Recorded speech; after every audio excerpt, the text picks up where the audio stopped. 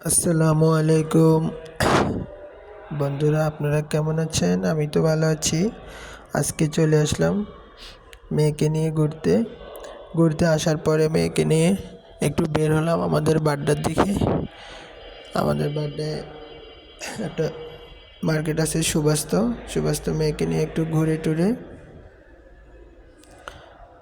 বন্ধুরা, আমার ভিডিওটি যদি আপনাদের ভালো লাগে লাইক কমেন্ট শেয়ার করে দিবেন, বেশি বেশি ফলো করবেন। আর আমার যদি কোনো ভুল ত্রুটি থাকে আপনারা ক্ষমার দৃষ্টিতে দেখবেন। বন্ধুরা, আমার জ্বর তো এজন্য ভিডিওর ভয়েসগুলো অন্যরকম হচ্ছে।